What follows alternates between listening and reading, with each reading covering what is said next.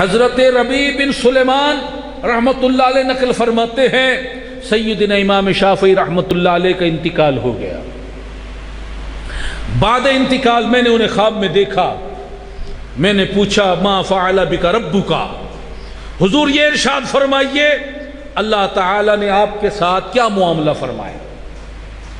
فرمانے لگے کہ اللہ تعالی نے میری بخشش فرما دی، مجھے سونے کی کرسی پر بٹھایا اور مجھ پر موتیوں کی بارش کی.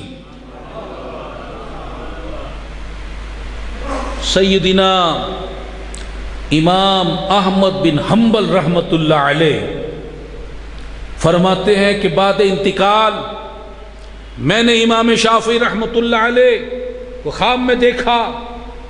عرض کی ما فعل بک ربک، ارشاد فرمائی اللہ تعالی نے آپ کے ساتھ کیا معاملہ فرمایا؟ فرماتے ہیں کہ مجھ سے کہنے لگے اللہ تعالی نے میری بخشش فرما دی، مجھے تاج پہنایا اور جنتی حوروں کے ساتھ میری شادی کر دی.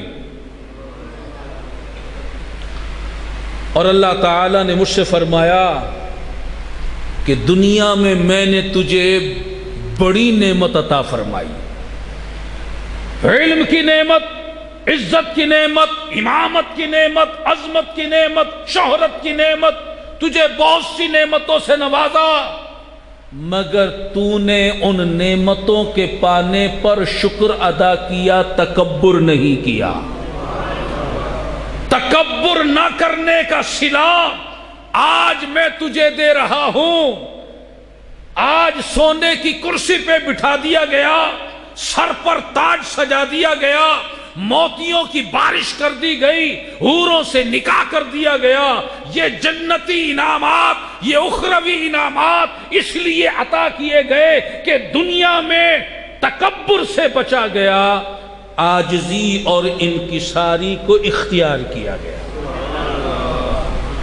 آج ہم آخرت کی کامیابی تو چاہتے ہیں، آخرت کی فلاح تو چاہتے ہیں، آخرت میں عزت، عظمت اور جنت تو چاہتے ہیں، مگر تکبر کی برائی کو اپنے اندر سے نہیں نکالتے، عاجزی، انکساری اور تواضع کو اختیار نہیں کرتے.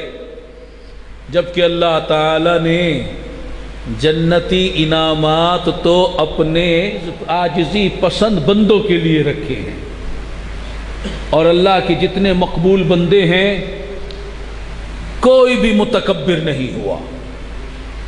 جسے دیکھو منکسر المزاج، عاجزی کرنے والا، تواضع کرنے والا، دوسروں کو عزت کی نگاہ سے دیکھنے والا، خود کو دوسروں سے کمتر سمجھنے والا.